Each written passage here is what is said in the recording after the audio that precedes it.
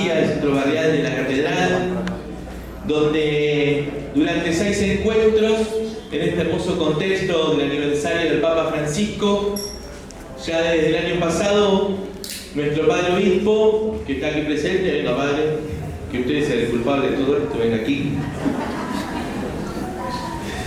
Desde el año pasado que el Padre Obispo me decía que lindo que sería que en la catedral haya algo de formación en torno a lo que es Francisco, su magisterio, su legado. Y bueno, nos pusimos a pensar un poco con un grupo de personas y bueno, salió este hermoso itinerario que no tiene ni más ni menos que profundizar sobre el magisterio real de Francisco, ¿no? Cada uno de sus documentos, sobre todo los documentos más importantes y que han marcado de una manera muy importante a toda la Iglesia, ¿no? Ha marcado en un rumbo muy importante a toda la Iglesia. Así que gracias al Padre que tuvo esta iniciativa, gracias a todos los oradores, los expositores que vamos a tener a lo largo de todo este encuentro, que se sumaron enseguida y que aceptaron la propuesta de venir a compartir durante este tiempo. Y también agradecer de modo especial a la Universidad Latinoamericana de las Periferias, que nos acompaña acá en la persona de Max, a la Red de Comunidades Organizadas, porque también este itinerario en este momento se está transmitiendo por Zoom para toda Latinoamérica, ¿no? Tenemos muchos hermanos que nos están viendo, por ahí Max, vos me corregís para no olvidarme de ningún país y que se nos enojan, de Perú, de Guatemala, de Costa Rica, de Colombia, de Venezuela, de México, de Chile, Uruguay, Paraguay. Bueno, todos ellos nos están acompañando. Brasil. Así que todos ellos nos están acompañando a través del Zoom en vivo que se está realizando en este momento. Así que bueno, muchísimas gracias. Para nosotros es un honor y es una alegría poder profundizar sobre este hermoso legado de nuestro querido Papa Francisco. Así que le voy a pedir al Padre Obispo que abra este itinerario con sus palabras y con la bendición.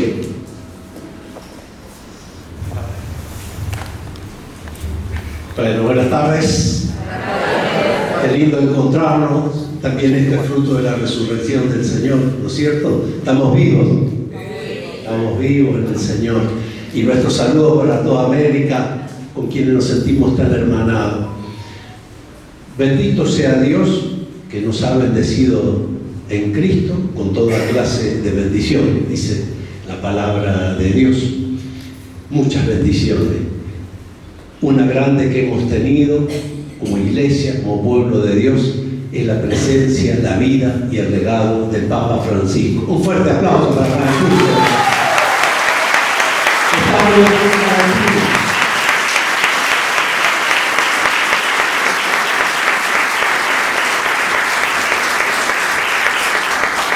Y esta es una de las maneras que nos vamos a aproximar con la ayuda y a quien también uno el agradecimiento, tanto al Padre Leo como a todos los que nos van a acompañar con las exposiciones, y también a todos ustedes, porque este es un signo de que queremos seguir el camino que la Iglesia nos propone. Donde está Pedro, está la Iglesia. Eso es lo que nosotros creemos. Ayer, hoy, con el Papa León y siempre. Donde está Pedro, está la Iglesia. Y por eso esta gran bendición que es la vida, el legado, el pastoreo del Papa Francisco, ¿cierto? Y necesitamos profundizar. Y nosotros somos parte del pueblo de Dios al cual perteneció y pertenece el Papa Francisco como historia. Este pueblo que peregrina a Luján, este pueblo que está vivo en medio de nuestras ciudades, de nuestras periferias, de nuestros barrios. Este pueblo también donde buscamos estar cerca de los más pobres y olvidados. Este es el pueblo de Dios que caminó el Papa Francisco. Y no nos olvidemos, es de nuestra América Latina, el Caribe, el continente que recibió de una manera especial todas las enseñanzas del Concilio Vaticano II.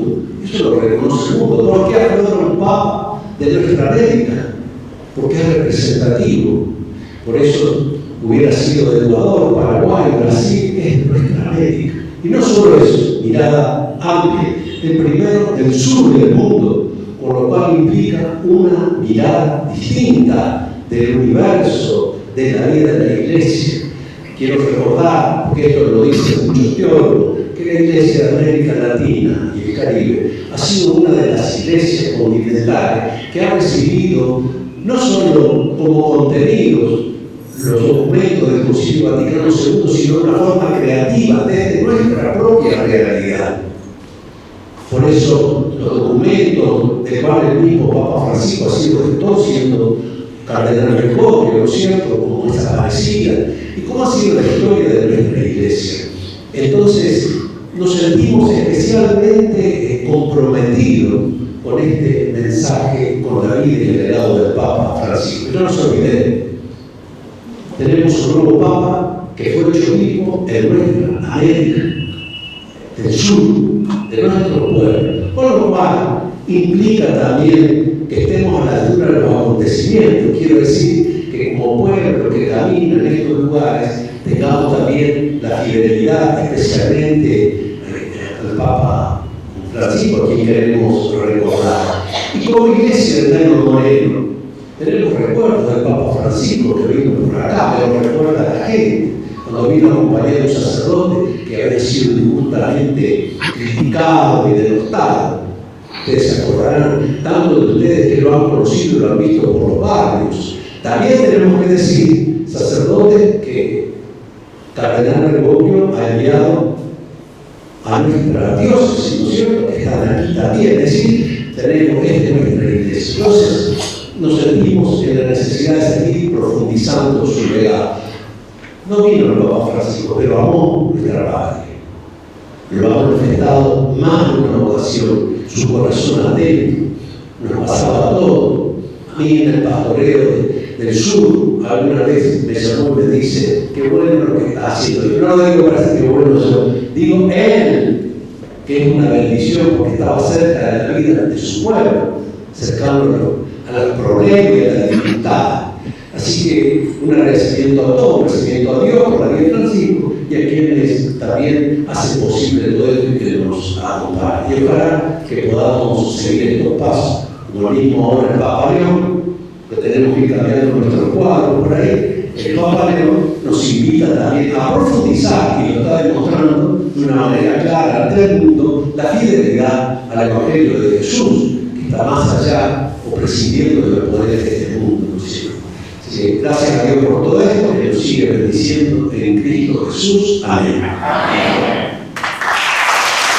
Una de las personas que nos ayudó a pensar el itinerario, a pensar este camino de formación, fue el cardenal Fernández, el prefecto para la doctrina de la fe, que hoy también quiere estar presente y nos envió este video para compartir con todos ustedes.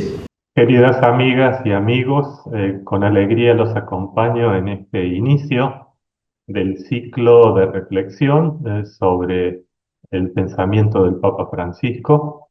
Creo que es muy importante decir que los documentos del Papa Francisco no son una cosa vieja, algo que ya pasó, ¿no? Son totalmente vigentes y todavía tenemos mucho por profundizar y por aplicar, sobre todo. Pero hay un detalle que quiero comentarles. En la última gran reunión de cardenales de todo el mundo, el Papa León nos pidió que antes de la reunión leyéramos de nuevo Evangelii Gaudium. Y después, durante este consistorio, hubo un tiempo importante para reflexionar sobre la aplicación de Evangelii Gaudium.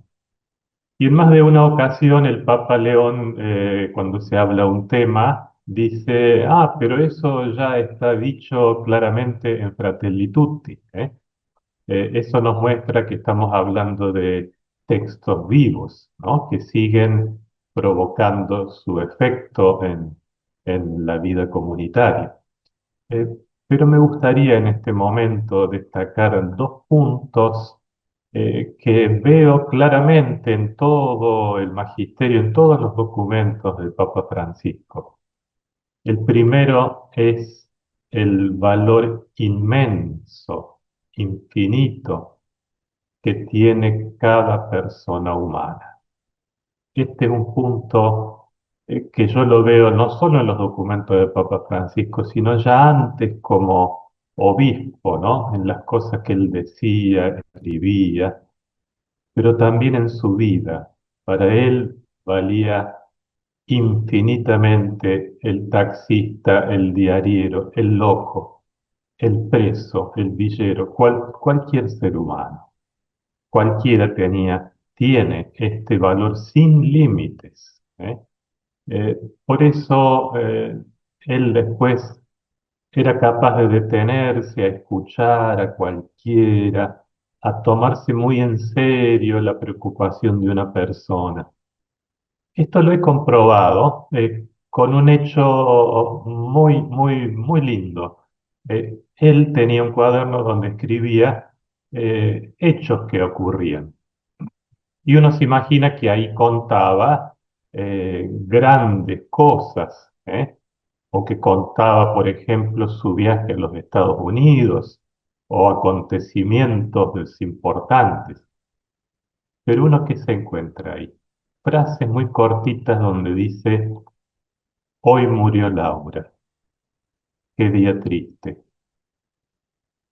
O si no, Pepe está internado en el Udaondo cuando estaba en Buenos Aires, ¿no? O aquí en Roma. Tal persona, un empleado de Santa Marta, por ejemplo, se casó. O, por ejemplo, está en cama Juana, la van a operar. O sea, uno se encuentra estas frases cortitas donde él eh, expresa problemas, situaciones de personas muy concretas. Lo curioso es que ahí mismo en el diario, con la misma frase cortita, pone, por ejemplo, hoy renunció el Papa Benedicto. O le digo otra frase cortita, me eligieron Papa. Lo que a mí me impresiona es que para él todas estas frases tienen la misma importancia. O sea, la muerte de Beba tiene la misma importancia que la renuncia del Papa Benedicto. Que Pepe está internado tiene la misma importancia que su elección como papa, porque cada ser humano tiene un valor infinito. Pero vamos al segundo punto. Siendo creyentes cristianos, esto se vuelve todavía más grande, porque nosotros creemos que a cada ser humano Dios lo ama con un amor sin límites, porque por cada ser humano Cristo entregó todo en la cruz, no se guardó nada. Y aunque existiera en esta tierra una sola persona, por esa persona se habría entregado hasta el fin. Y ese Cristo está vivo y por lo tanto podés conversar con Él, podés descargar con Él tus preocupaciones, contarle tus sueños. Podés encontrar en Él la fuerza para seguir luchando, para seguir adelante a pesar de todo. Eso que les acabo de decir es el carisma, o sea, es el gran anuncio sobre el cual el Papa Francisco insistía tanto. Concentrémonos en este hermoso anuncio. Esos dos temas, la dignidad de cada persona y este gran anuncio del amor de Dios por cada uno, ustedes lo van a encontrar, los van a encontrar estos temas por todas partes en el magisterio del Papa Francisco y en sus gestos que mostraban estas convicciones sinceras. Bueno, ustedes en este ciclo seguramente van a profundizar estas cosas y en los distintos temas que analicen, de algún modo van a encontrar estas dos grandes cuestiones. Yo les deseo que este ciclo sea muy provechoso, que les ayude a entrar más a fondo en el pensamiento de Francisco y le pido al Señor que los bendiga a todos, que les conceda salud, paz, fortaleza y lo que más necesiten en el nombre del Padre y del Hijo y del Espíritu Santo. Amén. Hoy nos acompaña una persona muy cercana al Papa.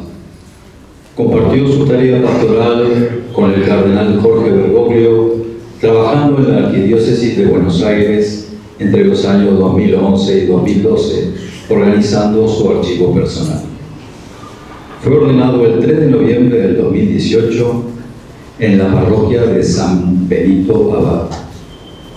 Durante 5 años desarrolló su tarea pastoral en el santuario de San Cayetano de Liniers. Luego fue destinado a la parroquia de Nuestra Señora de la Misericordia en Mataderos. En el año 2023 el Papa lo convocó para que fuese su secretario personal hasta su muerte. Estuvo cercano a Francisco en las tareas personales y reservadas de su pontificado. Luego de la muerte de Francisco, el Papa León XIV le solicitó que se quedara acompañándolo en la transición. Finalizado ese tiempo, pidió volver a su arquidiócesis de Buenos Aires. El Papa León lo designó capellán de su santidad como gratitud y en reconocimiento a su servicio en la Santa Sede junto al Papa Francisco y a él. Actualmente es párroco de San Cayetano de Belgrano. Nos referimos al padre Daniel Pellizón. Gracias.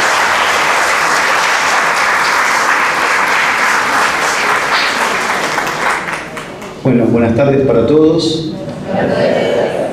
Ante todo, felicitar en la persona de Juan José, también a la Catedral, a la Diócesis, por este espacio. Creo que si hablamos del primer aniversario del Papa Francisco, me parece que no hablo de la memoria o del homenaje, creo que está muy bien expresada la palabra legado, ¿no? Homenajes podemos hacer muchos, puede ser un acto público en una plaza, un mural, ¿no?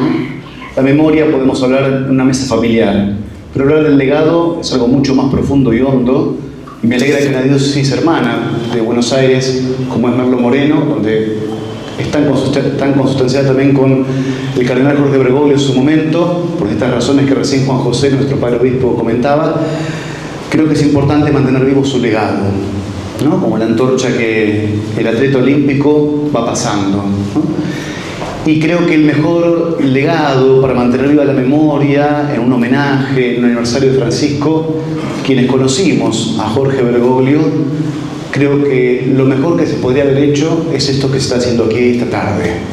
Es esto que se va a hacer en estos 6 encuentros. Que su legado no quede en saco roto, ¿no? Sino que todos tomemos la posta, que ahora hablaremos un poquito, por distintas razones, lamentablemente, su magisterio fue trastabillado porque no hubo una recepción adecuada, no hubo un conocimiento y una difusión del mismo como se merecía o como las circunstancias lo requerían. Y entonces, como muchas veces nos pasa en la humanidad, también a nosotros como argentinos, llegamos tarde a las circunstancias, ¿no? Y este es un caso de ellos. Pero qué importante es que podamos hacer memoria viva del legado de Francisco, y nada mejor que mantener vivo su legado y concretizarlo, porque él, sabemos bien, no era una persona teórica. Lo que más le gustaba es, al conocer su magisterio, que pongamos en práctica, en comunidad, en fraternidad, aquello que meditamos y aquello que hoy es magisterio universal de toda la Iglesia. Gracias por invitarme. Sé también que tuvo que ver con esto el cardenal Víctor Fernández, con quien tengo una amistad. Creo que si él estaba en Argentina, nadie mejor que él para hoy estar en este lugar, pero él sugirió mi nombre y espero estar a la altura de las circunstancias. Voy a hablarles un poquito de este libro. No es para que lo compren, no tenemos derechos, nada. Guía breve para aplicar Evangelii Gaudium, firmado por Víctor Fernández.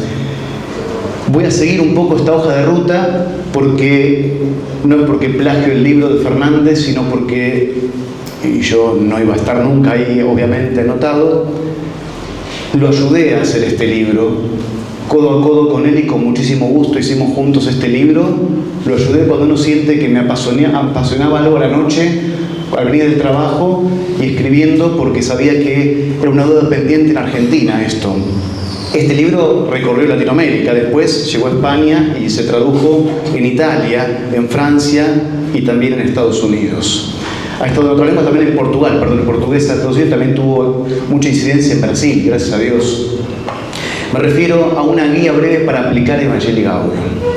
Vamos a explicar brevemente antecedentes remotos y más próximos de este documento. Una exhortación apostólica de Francisco, que en realidad es una exhortación apostólica posinodal, porque Benedicto había tenido un sínodo acerca de la evangelización en octubre de 2012 y había que escribir un documento, como hacen siempre luego los papas, de aquello que se recaba como información de un sínodo.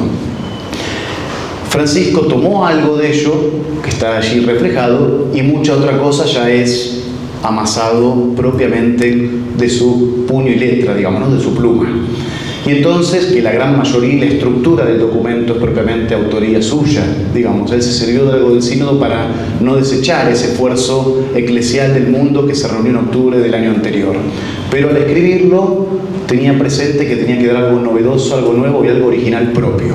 Recordemos que su primera encíclica en realidad es Lumen Fidei, donde fue escrita a 4 manos. ¿Se acuerdan que dijo? Porque ya venía de un documento que era de Benedicto, llegó a terminar de firmarse y publicarse y difundirse bajo el nombre de Francisco, pero casi era plenamente en un 98%, 99% diríamos, autoría de Benedicto. Para no acontezca un segundo documento del mismo talante, puso su pluma en esta exhortación posinodal. Exhortación posinodal, que significa Evangelii Gaudium, la alegría del Evangelio, ¿no? Y veremos sobre qué alegría del Evangelio nos habla. Antecedente más remoto. El antecedente más remoto de Jorge Bergoglio, lo dijo recién Juan José, es justamente el Concilio Vaticano II, pero encarnado en el documento, si diríamos así, base, cabecera, estrella de Francisco, de Jorge Bergoglio, que fue la Evangelii Nuntiandi de 1975 de Pablo VI.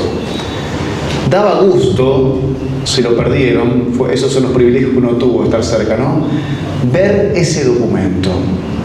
El documento de Francisco, el Evangelii Nuntiandi, era así de gordo. Vieron cuando pasan los años, y no porque le cayó agua y se inflaron las hojas, sino de lo trabajado que lo tenía. Hoja por hoja resaltado, escrito, anotaciones, había brochado hojas, papelitos, anotaciones, un apunte, trabajado durante décadas. La Evangelii Nuntiandi. No le vi otro documento trabajado como ese. El segundo fue Puebla, que tenía tan trabajado, pero el que más trabajado tenía era la Evangelii Nuntiandi de Pablo VI. Y corroboremos que por qué lo veremos justamente en este documento, porque la Evangelii Nuntiandi era de cabecera para él. Sí, recuerdan, ¿no? ¿Alguno ha leído alguna vez la Evangelii Nuntiandi de Pablo VI? No. Es acerca de la evangelización en el mundo actual, año 75. También una exhortación posinodal acerca de la evangelización en el mundo actual del 75, firmado por Pablo VI. Entonces, ese documento de cabecera, con una teología, una eclesiología totalmente posconciliar, fue muchos de una generación de algunos que veo aquí, realmente como un puntapié inicial muy importante. También lo fue para Jorge Bergoglio. Eso ante todo, la Evangelii Nuntiandi, de Pablo VI. Hay palabras de él que lo han marcado toda la vida, cuando habla de parresía, cuando hablaba del fervor apostólico, de la audacia evangélica, terminologías que tomaba de esta exhortación. Dicho eso, la segunda antecedente remoto fue la Redemptoris Missio de Juan Pablo II del año 1990-91, por allí. La Redemptoris Missio de Juan Pablo II también decía que la misión era la tarea primordial de la Iglesia, es decir, existe la Iglesia para esto, ¿para qué? Para evangelizar, para la misión. Todo eso dio un caldo de cultivo hasta llegar ya más bien a un antecedente más bien próximo, podríamos decir, que fue el documento de Aparecida. Recién Juan José nos hablaba del episcopado latinoamericano. Realmente fue siempre de vanguardia en esto de aplicar la novedad posconciliar en este continente. Realmente es muy rica la tradición que tenemos en Latinoamérica con respecto a la tradición y a la recepción del Vaticano II, porque tiene una originalidad propia, gracias a Dios. Lo que significó Medellín, en Argentina el documento de San Miguel del 69, lo que significó Puebla. Todo eso, más todas las cosas que han pasado en Argentina, la COEPAL, por ejemplo, Comisión Episcopal de Pastoral, muy importante, con Lucio Geri, Rafael Tello a la cabeza y otros tantos. Es muy importante lo que aconteció como riqueza latinoamericana y también argentina. Toda esta raigambre, toda esta savia histórica trajo algo más próximo que fue Aparecida. Aparecida, los que estuvieron allí supieron ver en Bergoglio un hombre de iglesia que consensuó y amalgamó un documento donde era difícil llegar a algo común, ¿no? Cada uno viene con su librito bajo el brazo, ¿no? Y es muy difícil. Y se logró como un gran documento. Evangelii Gaudium, podríamos decir en palabras de Francisco, así se lo vendía a otros, es una mezcla entre Evangelii Nuntiandi y Aparecida, decía él. Para mí no. Tiene una originalidad propia muy importante y eso vamos a hablar hoy. Él un poco como por austeridad decía y humildad, es una mezcla entre Evangelii Nuntiandi y Aparecida. Como si eso bastara. Pues no, créanme que no. Tiene una originalidad y una novedad eclesiológica importantísima, Evangelii Gaudium. Y eso vamos a hablar ahora. El antecedente próximo, más próximo, es, yo traje una entrevista, la pueden buscar después en internet, que dio Raniero Cantalamessa. ¿Lo han escuchado? Predicador de los papas durante 44 años, estuvo con Juan Pablo II, Benedicto, con Francisco, se jubiló hace 2 años, terminó. Capuchino, sacerdote capuchino. Él vino algunas veces a Argentina. Vino en el año 2006 porque lo ha invitado Creces. Creces es una comunidad renovada de evangélicos, ¿no? Vino a predicar un retiro, algunos se rasgaron las vestiduras por ese evento y ese retiro, en Montonera, allí en la Casa del Cenáculo, en Pilar, para obispos argentinos y pastores evangélicos. Había metodistas, había protestantes, luteranos, anglicanos. Estaban todos allí rezando juntos y orando juntos. Bergoglio fue parte de ese encuentro. Después en Luna Park cerró este encuentro de Creces, donde Bergoglio se arrodilló porque oraron sobre él. Y varios dijeron que era sede vacante Buenos Aires ya, ¿no? Por ese acto. Entonces, es famoso ese episodio. En ese contexto, Raniero Cantalamessa da una entrevista a Silvina Premat del Movimiento Comunidad de Liberación, trabajaba en el Diario de la Nación en su momento, y dice esto Cantalamessa: la ausencia de Jesús es espantosa hoy en la sociedad. Lamentablemente la Iglesia se identifica como la que custodia las leyes, la que defiende solamente los principios morales. Le preguntan, ¿cuál fue el tema del retiro con los obispos? La carta a los romanos es lo que propuse, dice él. Estoy convencido de que este texto es el mejor programa para una nueva evangelización. Hablamos de la situación de fragilidad del hombre, de la necesidad de una redención y luego de la efusión del Espíritu Santo.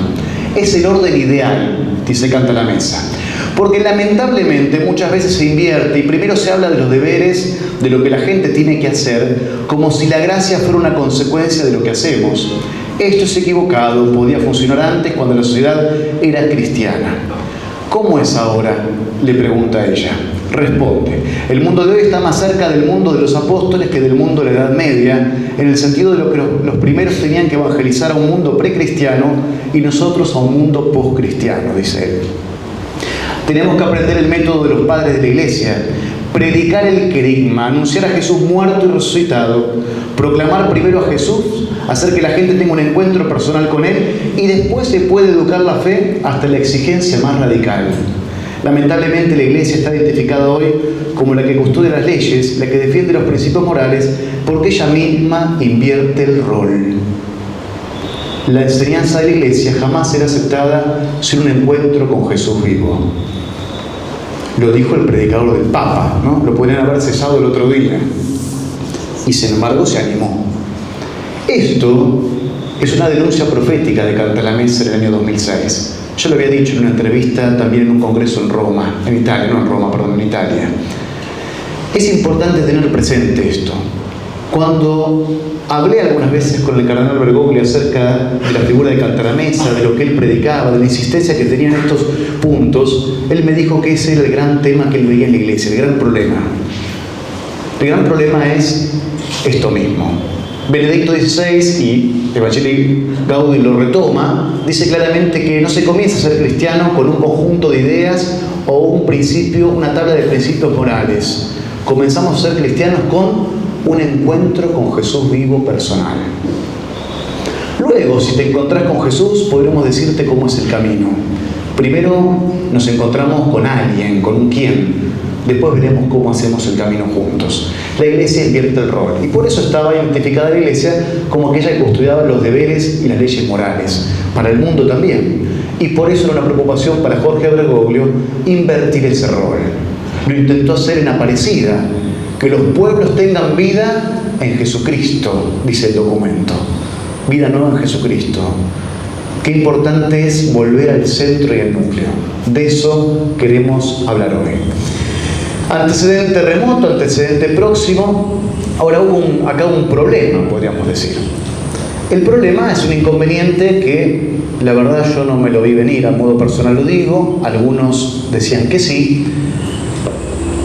Hoy con el diario del lunes hablamos todos, ¿no? Pero bueno, yo suponía otra cosa. ¿Qué es la recepción? Ustedes saben que todo documento, así como el Concilio Vaticano II, no es solamente el espíritu y la letra de un concilio o de un sínodo. Después está la recepción del mismo. Vieron como las leyes nuestras. La ley puede ser muy bien, que la sancionan, después tiene que ser promulgada, pero luego la ley es reglamentada. Y quienes saben de jurisprudencia dicen que lo importante siempre es ver después la reglamentación. Lo aprendí eso, con los años. Dicen los abogados que lo importante, más importante de todo, es la reglamentación. Porque ahí está cómo rueda la pelota con esa ley. ¿Y qué significa esto? Es lo mismo que estamos hablando aquí. ¿Cómo es la recepción de un documento? El documento puede ser muy bueno, muy lindo, fabuloso, apasionante, pero la recepción es importantísima. Y eso primero supone una difusión, un conocimiento. Evangelii Gaudium, desde el primer momento, tuvo un gran escollo. Y fue la resistencia ante todo lo que tenía. Está el video. Perdón. El documento tuvo un gran escollo desde un comienzo. Y fue que desde cardenales, un puñado, pero cardenales, obispos, clérigos, laicos, se pronunciaron públicamente en algunos blogs, en entrevistas en medios poderosos de algunos lugares del mundo, de nuestro universo, en los que dijeron que este documento era un gran error y que esperaban que cuando hubiera otro próximo papa, este documento fuera cancelado. Textual. Textual, No estoy inventando nada. Nunca yo había escuchado que se pronuncie un cardenal con el Papa vivo allí, obispos del mundo diciendo que ese documento tenía que ser cancelado inmediatamente cuando asumiese otro Papa. Eso es lo que sucedió y lo que sucede todavía hoy. ¿Qué ocurre? Este documento, lo vamos a ver enseguida, es programático, es decir, es el programa del pontificado de Francisco. Y como es programático, encierra una centralidad, una importancia muy notable. Y en esto muchos vieron un gran riesgo que fuera promulgado y aceptado y recepcionado en las diócesis, en la comunidad de la Iglesia. Y entonces, el primer gran escollo fue tratar de impedir su difusión, que no se lo conociera. Punto aparte es lo que pasó en Argentina, y ahora hablaré, pero en el mundo pasó esto. Hubo un gran escollo. La gran pregunta es, ¿cuál era el statu quo que atacaba Evangelii Gaudium para que desde los cardenales hasta laicos poderosos pidieran que se cancelara este documento una vez muerto el Papa Francisco? Con el Papa vivo, caliente ahí, a un año de haber asumido. No lo estamos diciendo hoy, ¿no? Que nunca supe en la historia de la Iglesia que haya pasado, pues seguramente sí ha pasado en el pasado con las intrigas que hubo, pero en la historia reciente no había pasado eso en el siglo XX. ¿Por qué? ¿Qué statu quo amenazaba? ¿Qué cimientos tocaba Evangelii? ¿Qué intereses tocaba Evangelii Gaudium que se sintieron amenazados y por lo tanto había que desplazar inmediatamente este documento o este espíritu? Bueno, es justamente parte de lo que vamos a hablar ahora enseguida. En Argentina, lamentablemente, y no todo le vamos a decir a los medios de comunicación, porque muchas veces en la Iglesia le echamos también la culpa solamente a los medios, responsabilizamos, y no son solamente ellos. Se ha dicho que fueron los medios de comunicación gran parte de los responsables de que no se haya conocido o difundido el mensaje de Francisco. Estábamos entretenidos con que se usaban los zapatos negros que tenía de Buenos Aires, cuánto recibió a la presidenta y que almorzó en Santa Marta, si el otro lo recibió en el Palacio Apostólico, cuánto le dedicó, si fueron 20 minutos, que llevaban el portafolio, si el breviario, si la afeitadora. Discúlpenme, pero nos hemos entretenido todos, y muchos como iglesia, en Radiolandia. Y fuimos muy consecuentes con estas cosas. Y entonces el precio fue caro después de esto. El mensaje de Francisco no fue capilar y no bajó. Evangelii Gaudium tuvo el gran escollo de no ser tan conocida ni difundida. No hablamos entonces de una recepción. Y cuando fue difundida y conocida, tuvo recepciones mínimas. Y aquí hago excepciones, no quiero entrar en detalle, tal cual de uno por uno, porque uno se puede olvidar. Hubo intentos y realmente muy buenas iniciativas de varias diócesis, de comunidades específicas de algunas diócesis, de regiones del país, quizás de regiones de pastorales específicas como la pastoral social, de la pastoral catequética, pero nada homogéneo y nada agrupado como una comunidad única eclesial argentina que dijera vamos por acá. Concluyo hablando de esta recepción. La Iglesia argentina no estuvo a la altura del magisterio de Francisco. La Iglesia argentina lamentablemente no ha estado a la altura de Francisco. Y dicho sea esto, sepan que la Iglesia argentina en el año 90 escribió las nuevas líneas pastorales de la nueva evangelización. En el año 2003 llegó el documento Navega Mar Adentro, pero nunca ni el episcopado, ni cleros, ni los laicos, pero también aquí el episcopado tiene una gran deuda con su hermano Jorge Bergoglio, no ha escrito un documento como Navega Mar Adentro de las líneas pastorales de la evangelización, bajando el Evangelii Gaudium en Argentina. Y eso hay que decirlo, porque hay que hablar con las cosas sobre la mesa, del por qué estamos hoy acá hablando que la recepción fue mínima, porque el conocimiento y la difusión fue casi nulo. Entonces, cuando decimos esto, recuerdo al gran teólogo posconciliar Bernard Sesboué, un jesuita francés, que dice en diversos libros que él tiene acerca de la historia de los dogmas de la Iglesia, la historia de los concilios, acerca de la historia de la infalibilidad papal y la teología que subyace detrás, que dice que generalmente un concilio es aceptado y recepcionado en una comunidad local pasados los 50 años. Lo que sí podemos dar fe los aquí presentes es que el Vaticano II, cuando llegó Francisco, puso sexta. Y creo yo, algunos quizá discrepa de lo que yo digo, pero yo asumo esto, creo que él sí llevó a cabo la recepción del Vaticano II de una manera muy buena e integral en su pontificado, con todo lo que podría haber hecho. Seguramente quedaron cosas pendientes, pero todo lo que pudo haber hecho lo hizo para llevar al Vaticano II una recepción, al menos aceptable, que faltaba en la Iglesia Universal. Y eso entonces es muy importante, muy importante. Y además de esta recepción que tenemos del Vaticano II, quizá esperemos que Evangelii Gaudium, la recepción no esperemos 50 años. No fueron pocos, créanme, los que esperaban que con la muerte de Francisco, y ya no en el 2014 en medios blogs tradicionalistas o en medios poderosos de algunos países bien poderosos eclesialmente hablando, dijeran cardenales y demás. Cuando muere Francisco, no pocos esperaban que el Evangelii Gaudium fuera enterrada, que se olvidaran de Evangelii Gaudium. Enterrando Evangelii Gaudium, enterraban el programa de Francisco, enterraban todo capilarmente, ¿no? La recepción de otros documentos del que ustedes verán en los encuentros siguientes, los que más tuvieron repercusión, pero sobre todo fuera de la Iglesia, más que dentro, eso es muy llamativo y también alabado sea Dios, fueron Laudato Si' y Fratelli Tutti. Pero el interior de la Iglesia cuesta y ha costado tanto a un Evangelii Gaudium. Y no pocos esperaban que fuera enterrada. Y para sorpresa de muchos, el cardenal Fernández lo dijo de un modo muy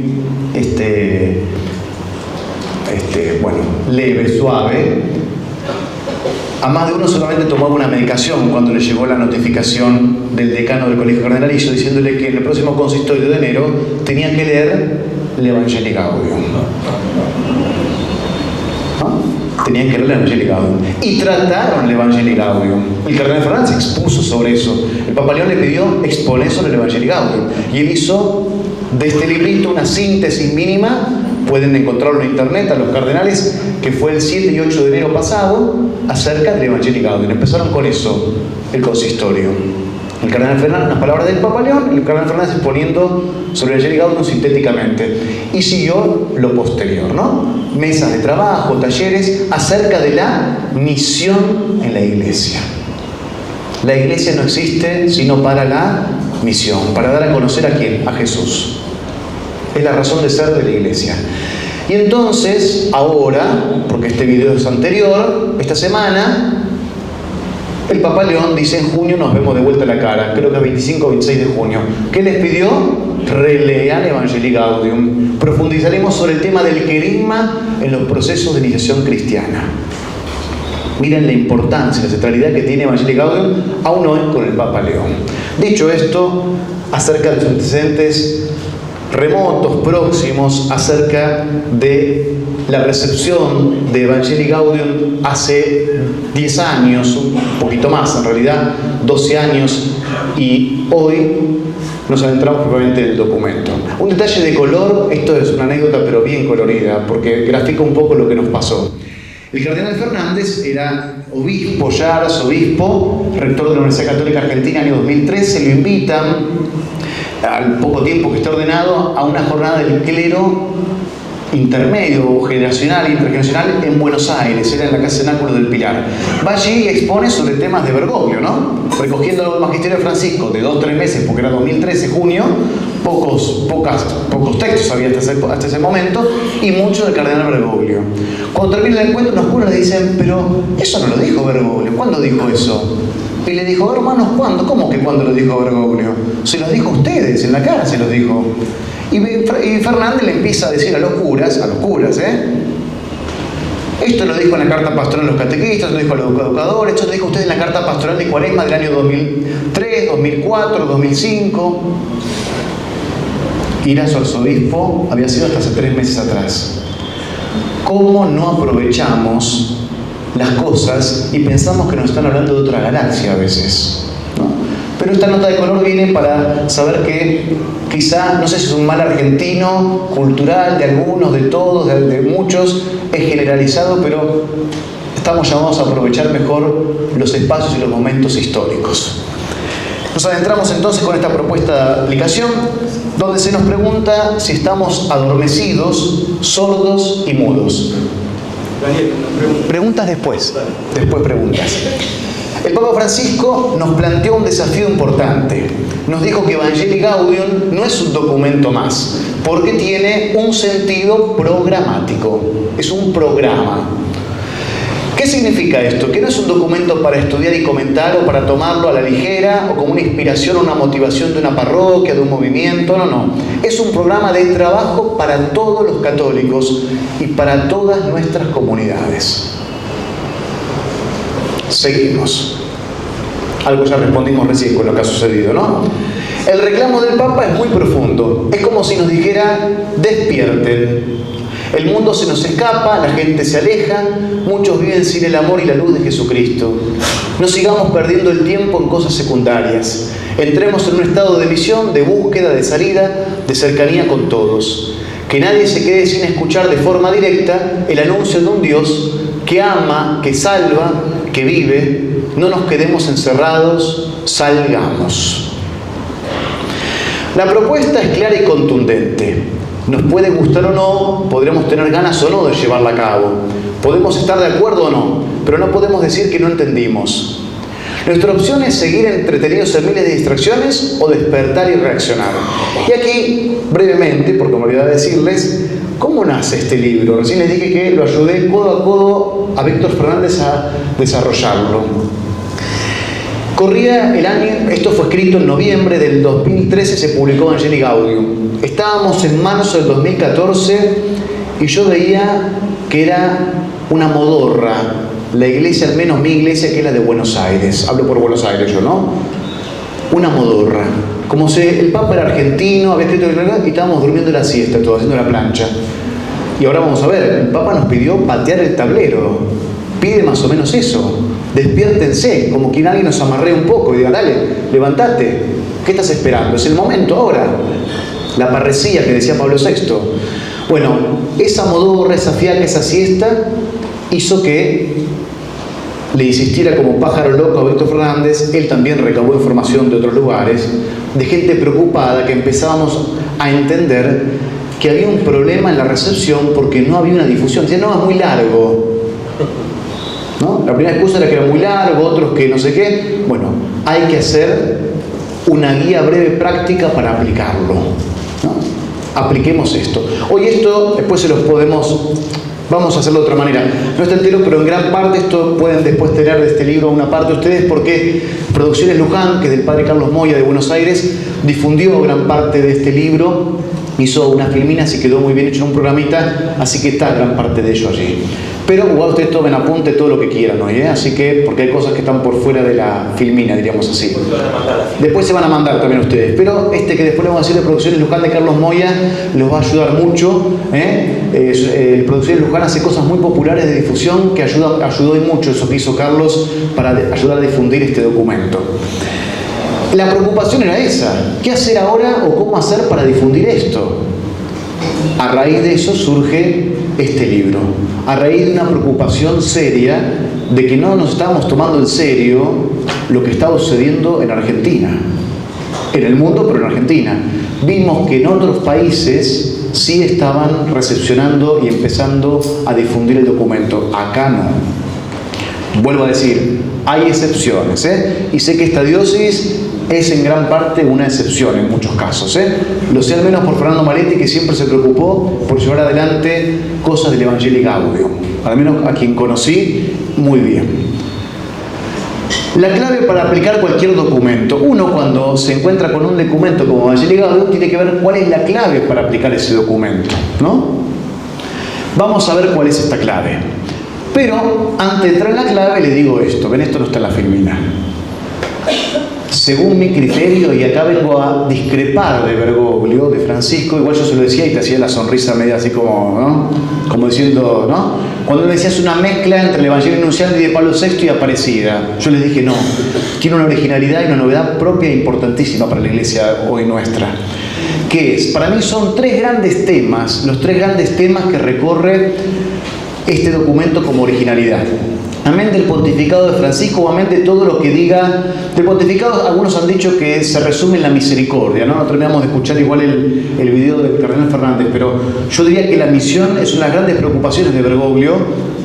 La misión es una de las grandísimas preocupaciones, y les diría más, la misión creo que es más importante aún en él que en su misericordia. La misericordia era una praxis que él tenía, pero como necesidad de la iglesia necesitaba urgentemente este anuncio misionero nuevo, renovador, fervoroso y audaz. Y eso es una iniciativa muy propia de él. Me animaría a decirles que la misión es lo más importante en él. Ahora, para mí, como original el documento tiene la centralidad del querigma como primero. Lo vamos a ver ahora enseguida. El querigma como central a todo anuncio misionero. Segundo, una de la novedad radical para mí del documento, que pocos teólogos, incluso teólogos, lo han desarrollado, y ahora voy a decirles quiénes lo han desarrollado porque quiero citarlos, porque realmente hay que agradecerles ese trabajo, que es la jerarquía de verdades, así se llama. Ahora vamos a explicar qué es, y es del Concilio Vaticano II esta doctrina, pero Francisco originalmente lo une al anuncio misionero. Centralidad del querigma primero, segundo, jerarquía de verdades, tercero, hablar del bien posible. Y acá un excurso breve. Yo creo que la originalidad de Bergoglio y en esto de Francisco es mayor que hablar de misericordia, hablar del bien posible. Vamos a explicar qué significa. Es una terminología propia de él como expresión. ¿Qué es el bien posible? Bueno, lo desarrolla Evangelii Gaudium. Como es programático, esto fue tratado en distintos documentos. El querigma está desarrollado de forma formidable, espectacular en el Christus Vivit, ¿no? Hay un capítulo querigmático en Christus Vivit para los jóvenes que es espectacular. Lo desarrolló ahí. En Gaudetur et Exsultate sobre la santidad también lo desarrolló. En Dilexit Nos sobre el Sagrado Corazón también. Ha desarrollado el tema del bien posible, sobre todo en Laudato Si' Fratelli Tutti, las dos grandes encíclicas sociales que desarrollarán ustedes los dos próximos encuentros. Ahí está tratado también el bien posible y hablaremos también hoy sobre eso. Hay una clave para aplicar cualquier documento. Bueno, vamos a ver cómo lo hacemos. Cuando sale un documento, generalmente se hacen reuniones para ver cómo aplicarlo. y hay una dificultad, nos cuesta descubrir el punto central, ¿no? A veces no reconocemos qué es lo más específico y novedoso que el documento nos está pidiendo. Cuando analizamos un documento que nos reclama un cambio, el secreto es que seamos capaces de descubrir cuál es la novedad, cuál es la originalidad, qué es lo central, cuál es el desafío principal que nos está planteando. No son muchos temas, sino una cuestión fundamental, algo que todos tenemos que asumir en el propio lugar y en las propias tareas. Si descubrimos eso, podemos ponernos todos de acuerdo y tirar para ese mismo lado. En lo que cada uno hace se dejará interpelar y todos buscaremos lo mismo, porque estaremos respondiendo a un pedido que va más allá de los propios intereses. Lo que sucede aquí, generalmente en el libro está puesto, aquí lo hemos resumido, quien trabaja en pastoral familiar nos juntamos y habla de la pastoral familiar, el que trabaja en pastoral de bautismo habla del bautismo, el que trabaja en, no sé, la pastoral social habla de pastoral social, y nos perdemos, y sí, pero el documento, ¿de qué habla? ¿Qué es lo central? Y ahí vamos. La clave principal para aplicar Evangelii Gaudium. Lo que hemos dicho vale para todos los documentos, pero muchísimo más para un documento cuando se lo presenta como un programa para toda la Iglesia. Como dijo Francisco, este documento tiene un sentido programático, por lo tanto ninguno se puede excusar y decir que no le interesa o que no le toca asumir. Ahora lo que nos preguntamos es, ¿qué es lo central que nos está pidiendo este documento? ¿Cuál es el tema fundamental? ¿Cuál es el desafío principal que todos y cada uno tenemos que asumir? Para responder esa pregunta es necesario aclarar que no es un documento sobre la evangelización general. ¿Se acuerdan que dije Evangelii Nuntiandi de Pablo VI, año 75? Acerca de la evangelización en el mundo actual. Si esa evangelización entra, ¿qué? La predicación, los sacramentos, la misión, la liturgia, todo. Acá no. Por eso hubo críticas, dijeron, falta tal cosa. Le dijeron a Francisco inmediatamente, no toca tal tema, lee el subtítulo. Hay que decirle eso. ¿Usted leyó el subtítulo? Bueno, lea el subtítulo y va a entender por qué trata un tema y no trata otro. Queda claro que el tema central es el anuncio, porque ¿qué dice el subtítulo de Evangelii Gaudium? Sobre el anuncio del Evangelio en el mundo actual, que no es lo mismo que sobre la evangelización en el mundo actual. ¿Se entiende? Ahora vamos a bajar eso. Sobre el anuncio del Evangelio en el mundo actual. Eso explica los temas que trata y los temas que no. Por eso se entiende que hable poco de los sacramentos y que se detenga mucho en la homilía. Mucho se detiene en la homilía. Eso explica también que al hablar de la catequesis no desarrolle todas las cuestiones relacionadas con la catequesis, sino que se refiere a la catequesis centrada en el anuncio misionero, anuncio querigmático. ¿Anunciar qué? ¿A qué anuncio se refiere? Esta pregunta es fundamental porque nos ayuda a precisar más el objetivo. No se refiere al anuncio de todas las doctrinas del catecismo, sino sobre todo a ese núcleo del Evangelio que se llama querigma. Punto 36 de Evangelii Gaudium. Para no dejar dudas, dice cuál es el contenido de este anuncio. Vamos. Miren cómo lo resumió, La belleza del amor salvífico de Dios manifestado en Jesucristo muerto y resucitado.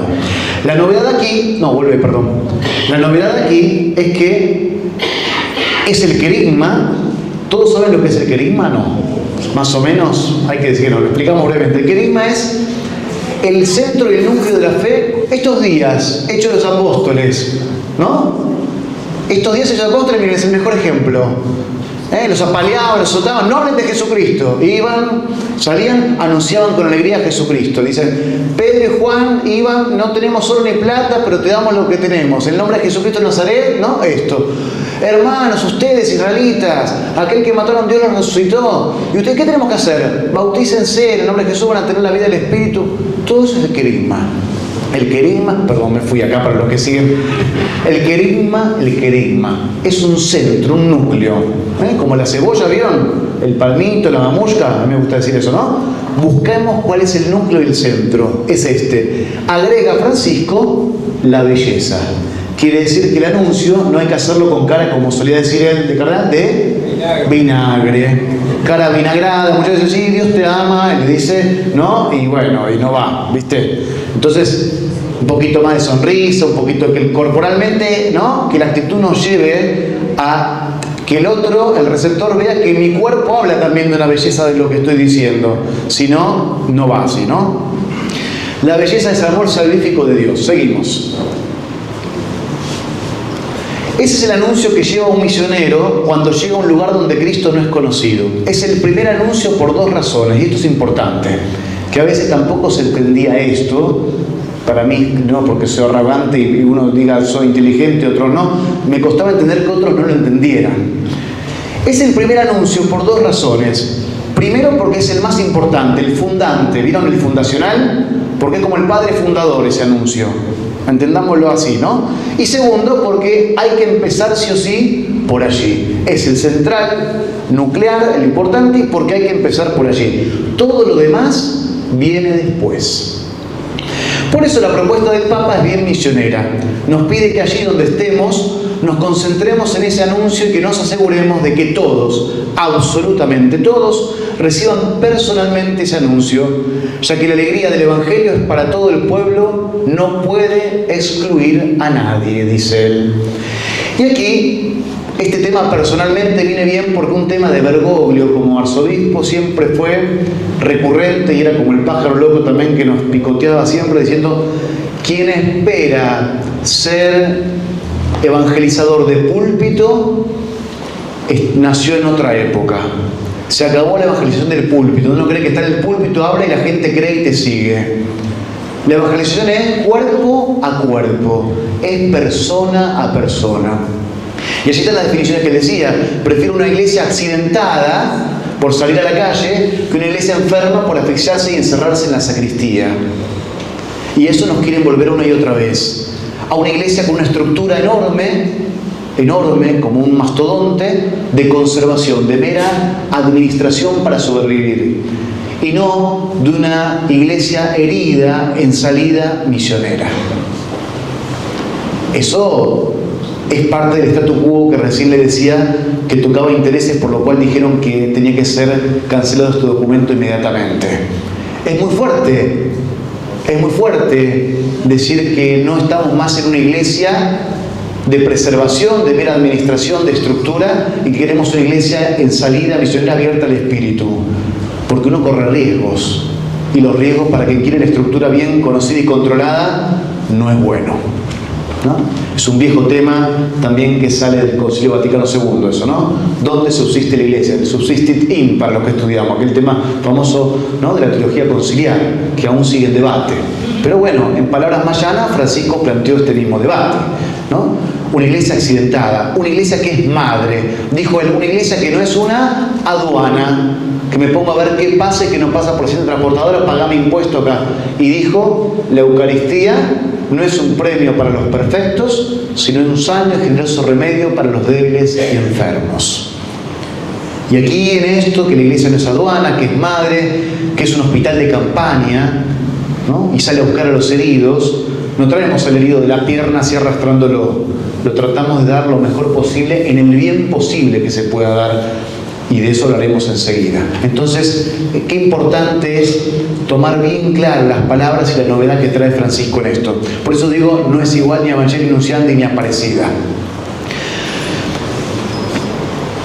El primer anuncio en Evangelii Gaudium. Este anuncio central, principal y fundamental, que llamamos querigma, se puede expresar de distintas maneras y uno tiene que ser creativo para descubrir cómo conviene transmitírselo a cada persona y en cada situación concreta. Hay miles de formas de expresarlo, con palabras, con símbolos, con imágenes. Hay una manera de decírselo a un niño, otras maneras de decirle el querigma a un agnóstico, otras para decírselo a un artista, otras para transmitírselo a un enfermo, a alguien que está, ¿no?, quizá en una cama, postrado en una cama. Sigamos. El querigma en el Nuevo Testamento. De hecho, en el Nuevo Testamento no aparece siempre del mismo modo. En algunas partes se destaca el amor de Dios que envió a Jesús, en otros textos se destaca la entrega en la cruz, y en otros textos se destaca más que Jesús está vivo entre nosotros. Los evangelizadores destacaban un aspecto u otro según lo que les parecía más conveniente. Por ejemplo, en el Evangelio de Juan está expresado así: tanto amó Dios al mundo que envió a su propio Hijo para que todo el que cree en Él no muera, sino que tenga vida eterna. Todo esto está en Evangelii Gaudium, tal cual como les digo. Juan lo resumió así. Seguimos. En los escritos paulinos, el anuncio del Evangelio se concentra más en la fuerza salvadora de la cruz. Para compartirles, Bergoglio era más hijo de esta escuela paulina, en ese sentido de querigma, ¿no? Es más hijo de esta escuela. Pablo los Gálatas, cuando dice, ya no vivo yo, sino que Cristo vive en mí. Vivo en la fe en el Hijo de Dios, que me amó y se entregó por mí. Romanos, todos pecaron y están privados de la gracia de Dios, pero son justificados por el don de su gracia a causa de la redención realizada en Cristo Jesús. Distintas formas de querigma, como dijimos recién, que uno encuentra en el Nuevo Testamento. En los Hechos, que estamos justamente meditando estos días, los discípulos destacaban sobre todo el anuncio de la resurrección. Dios le resucitó de entre los muertos y nosotros somos testigos de eso. Les anunciamos la buena noticia de que la promesa hecha a los padres, Dios la ha cumplido en nosotros los hijos al resucitar a Jesús. Cuando los acusadores de Pablo resumían lo que él enseñaba, decían que hablaba de Jesús, de quien afirma que está vivo. Vemos así que en los Hechos se remarca mucho el anuncio de Jesús vivo resucitado. ¿Cómo lo propone Evangelii Gaudium? Cuando Evangelii Gaudium resume el mensaje fundamental del Evangelio, une todos estos distintos aspectos: el amor de Dios, la entrega salvadora de Cristo en la cruz y la seguridad de que Él está vivo. Al menos en 3 partes del documento aparece este anuncio central con distintas palabras. Punto 36, lo vimos antes, la belleza del amor salvífico de Dios manifestado en Jesucristo, muerto y resucitado. ¿Por qué comienza destacando la belleza?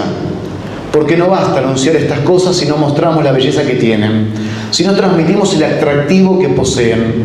El objetivo es lograr que todos acepten ese mensaje, que lo aprecien, que lo gocen y no solamente que lo escuchen. Por eso hace falta una creatividad nuestra para buscar que este anuncio llegue a cada uno de tal forma que pueda admirar su hermosura y sentirse así personalmente atraído. Y en esto Francisco era hijo también de la teología, para quien alguna vez ha leído algo o se interese, del teólogo jesuita francés Michel de Certeau. Michel de Certeau habla de la fe como atracción, no como imposición, ¿no? Es un gran también teólogo, ¿no?, conciliar, que habla justamente de la fe como atracción, una fe por la que soy atraído, por la que soy contagiado, iluminado, ¿no? Mucho más que una fe impuesta, ¿no?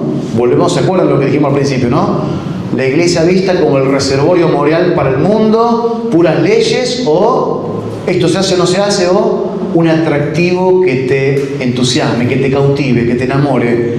¿A quién seguir? Conocelo, y de ahí, lo más radical, hasta una opción profesional por los pobres, por ejemplo.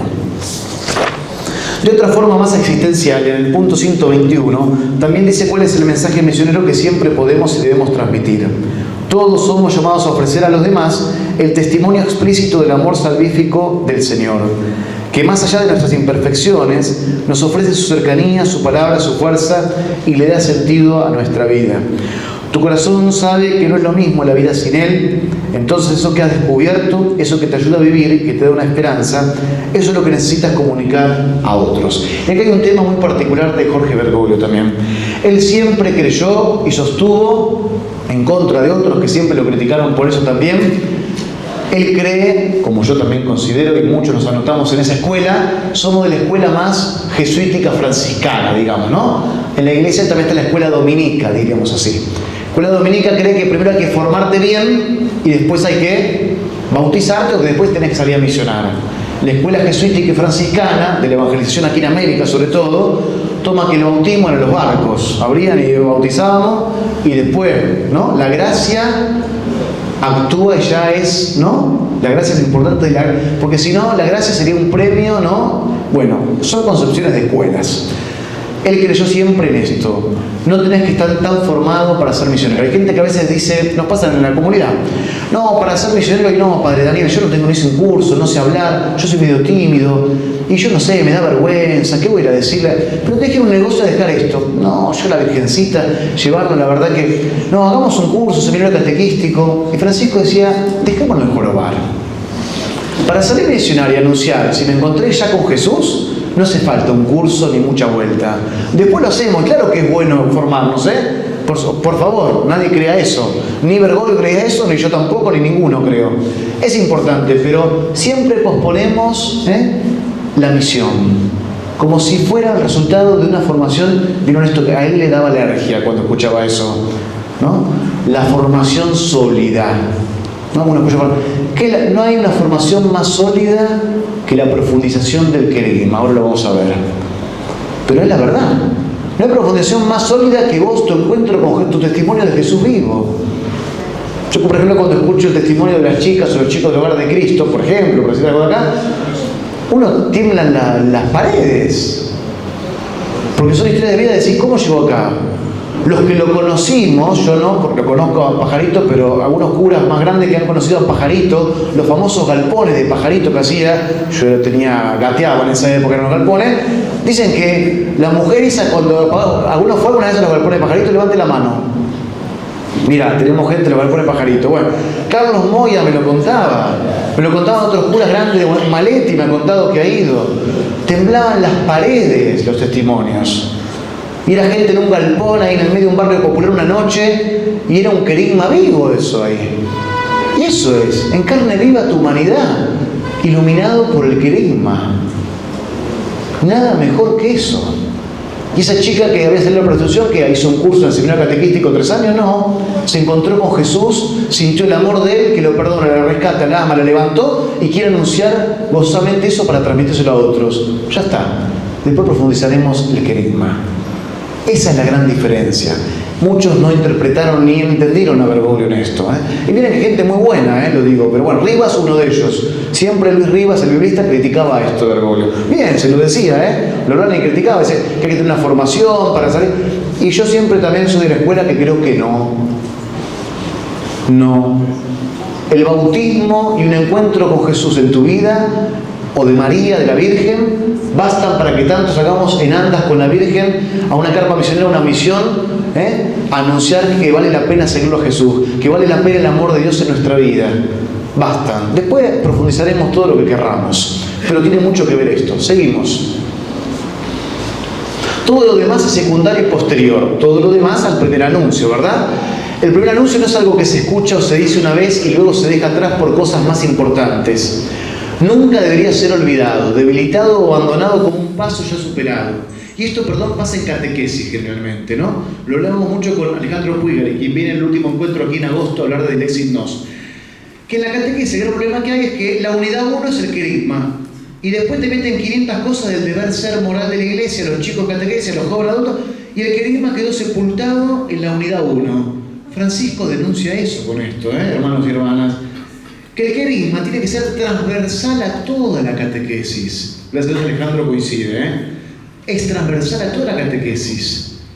Pensamos que seguir dando querigma no hace sólida la formación. Lo expliqué antes, no voy a redundar. Por esa razón, Evangelii Gaudium dice que no todas las verdades de la doctrina de la Iglesia tienen la misma importancia. El Evangelio tiene ante todo un corazón, un núcleo fundamental, que es el querigma. Las demás enseñanzas de la Iglesia están conectadas de distinta manera con ese corazón, y por eso algunas son menos importantes que otras. Me detengo acá un momento. ¿Se acuerdan que les dije, para mí hay 3 novedades grandes en este documento? Primero, la centralidad del querigma. Gracias, yo camino, les dije que caminaba. Segundo, la jerarquía de verdad. Y tercero, el bien posible. Jerarquía de verdad. Espero ser claro. Un decreto acerca del ecumenismo del año 64 del Concilio Vaticano II, firmado por Pablo VI ya, año 64, Concilio Vaticano II, decreto sobre el ecumenismo, se llama Unitatis Redintegratio. Significa sobre promover la reparación de la unidad, justamente con las hermanas iglesias separadas, ¿no? ¿Se entiende? El ecumenismo, ¿no? Promover la reparación de la unidad, significa Unitatis Redintegratio. Allí, los padres conciliares, los teólogos, sobre todo en la escuela francesa, introdujo esto que es espectacular, que es la jerarquía de verdades para el ecumenismo. ¿Qué significa esto? Que buscaron qué común denominador tenemos todas estas iglesias hermanas para poder tener un diálogo teológico, ¿se entiende? Un común denominador. Y por eso vieron que había que ir a las verdades de fe que estaban más directamente relacionados con el centro, volvemos a hablar al núcleo, ahí, al corazón de la doctrina, diríamos acá. En el documento conciliar es de la doctrina, ¿sí? No del Evangelio del Querigma, sino más bien de la doctrina. Pero para que entiendan cómo la novedad que trae Francisco con Evangelii Gaudium. Entonces, esa novedad que introdujo el Vaticano II, que lamentablemente también se barrió debajo de la alfombra con el paso de los años, y la gran mayoría de la Iglesia se olvidó de eso y quedó enterrada. ¿Ustedes habían escuchado una vez el término jerarquía de verdad? No, ustedes seamos honestos, la gran mayoría no, me dice. Bueno, muy bien, yo tampoco, ¿no? Hasta que cursé eclesiología en la Facultad de Teología. No lo había escuchado nunca. Entonces, la jerarquía de verdad es justamente pone una jerarquía, un orden de prioridad, una proporción entre lo más importante y lo secundario. ¿Y qué es lo más importante? Lo que está más directamente relacionado con ¿qué? Con el centro de la doctrina, hablando de Unitatis Redintegratio, de este decreto del ecumenismo. ¿Qué hizo Francisco? Toma la jerarquía de verdad y la aplica, primero que lo desempolva después de casi 50 años y la trae acá. Y algunos dijeron, ¡epa! Apareció la jerarquía de verdad. Fue así, como se los digo. No quiero dar los nombres. No, por gente que muy bien, porque después profundizó muy bien sobre el tema, pero que dijeron gratamente qué bueno que Francisco rescató esto, ¿no? Entonces, rescató ese tema y rescatando este tema de la teología, lo aplicó de una manera formidable a esto, al anuncio misionero centrado en el querigma. ¿Qué dice él? Que para el anuncio misionero centrado en el querigma también hay una jerarquía de verdades, donde lo más importante que tenemos que anunciar que es el querigma, lo más centrado al núcleo y al corazón del Evangelio. Acá no habla de la doctrina, sino del Evangelio. Y el núcleo y corazón del Evangelio hay una proporción y hay acentos, dice él, acentos. Y lo explica en la homilía, y lo dijo el cardenal Fernández el 7 y 8 de enero. El 7 de enero fue en el consistorio y les dijo, si nosotros, le dijo a los cardenales, podemos hacer un examen de conciencia viendo cuántas veces en el año, en los sermones que hacemos y en las conferencias, cuánto hablamos de la bioética, de la economía, la política, del deber ser moral, de la sexualidad, y cuánto hablamos del amor de Dios a los otros, del querigma. Muy simple. Y esto no vale para un cura que predica, vale para todos. ¿Cómo es mi anuncio misionero? Me centro en la bioética, en la moral superviviana, como decía Bergoglio, hablo de solamente temas económicos, o hablo del amor de Dios también centrado. Nunca olvidemos que el centro es ese, y desde ahí beben todas las demás otras verdades de fe, diríamos también otros acentos del Evangelio. Dice, acá yo lo leí, ¿no? Sí. Bien, pasamos al otro. Esto tiene consecuencias. Francisco pide que en la predicación de los cristianos haya una proporción. Recién le decía eso, o acentos. Eso tiene que ver con los acentos que uno pone, con los temas que uno insiste. Por ejemplo, hay gente que insiste mucho en que no hay que fumar, y habla de eso permanentemente, y lo remarca con fuerza. Pero en la predicación de los cristianos, el acento y la insistencia tienen que estar siempre en el querigma y en las verdades que están más conectadas con él. Si tenemos que insistir en algo, tiene que ser sobre todo en este anuncio, más que en cualquier otro tema. Una forma de evaluar esto es ver cada cuánto uno habla del amor de Dios o de Cristo vivo y cada cuánto habla de otros temas. El Papa pone un ejemplo. Si un párroco a lo largo de un año litúrgico habla 10 veces sobre la templanza y solo 2 o 3 veces sobre la caridad o la justicia, se produce una desproporción donde las virtudes que se ensombrecen son precisamente aquellas que deberían estar más presentes en la predicación y en la catequesis. Lo mismo sucede cuando se habla más de la ley que de la gracia, más de la Iglesia que de Jesucristo, más del Papa que de la palabra de Dios, dicho por el Papa. Releo. Sucede cuando hablamos más de la ley que de la gracia, más de la Iglesia que de Jesús, más del Papa que de la palabra de Dios. Claro, por eso le he dicho que era un Papa luterano, algunos él, ¿no? Pero cuánta razón, Francisco, fue al Evangelio. Sin olvidarme, hay que agradecerle aquí a Jorge Scampini y a Carlos Schickeldans, para quienes los conocen. Son dos grandes teólogos argentinos, uno cordobés, otro de Buenos Aires, que han profundizado, los dos casi únicos que han profundizado el tema de la jerarquía de verdades en Francisco, en su magisterio, y es muy importante lo que han hecho. Se han alegrado de eso Eduardo Francesco y Fernando Ortega, que también son temas que siempre tienen la facultad, donde vieron que este tema fue enterrado en la Iglesia general, y el Papa lo rescató hasta de una forma novedosa y original y aún poco trabajada, diríamos eso, poco elaborada. Seguimos. Corazones que arden de amor. Como respuesta al querigma, las virtudes principales son el amor y la fe. El Papa recuerda que hay una jerarquía en las virtudes. ¿Vieron que había jerarquía en las verdades? Bueno, acá hay otro tema. Y acá hablamos nuevamente de un statu quo que fue amenazado y por lo cual, ni bien morir este Papa, había que enterrar este documento. Porque la jerarquía de virtudes, ¿con qué área nos conecta? Con la moral. Y la teología moral pide una renovación urgente, porque Evangelii Gaudium pide eso, y más lo pide luego Amoris Laetitia. Ya lo verán con Marcela Mazzini cuando dé ese documento. Justamente el Papa habla de una jerarquía en las virtudes y pide y reclama urgentemente una renovación en toda la moral de la Iglesia. Siempre es más importante un acto de caridad que cualquier otro acto, porque el Evangelio invita ante todo a responder al Dios amante que nos salva, reconociéndolo en los demás y saliendo de nosotros mismos para buscar el bien de todos.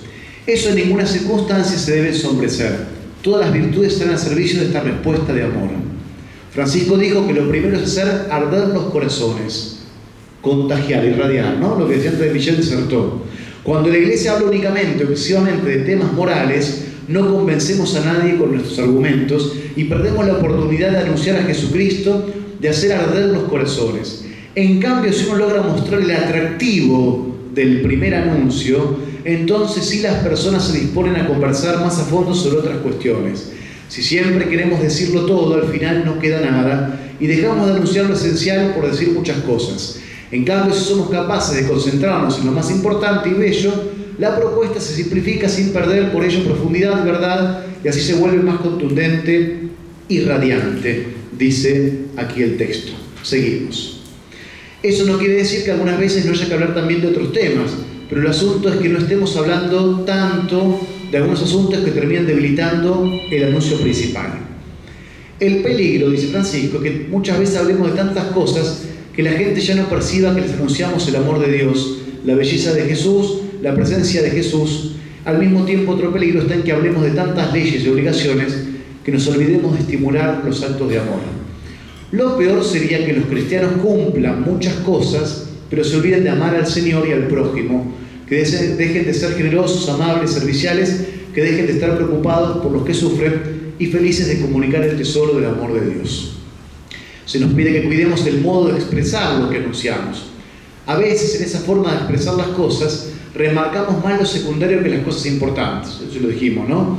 Bellas y atractivas, y así la gente se aleja del Evangelio. El Papa dice que el riesgo más grave es que digamos un montón de palabras correctas sin entregar la sustancia, sin entregar el querigma, ¿no? Es el gran riesgo de hoy. Seguimos.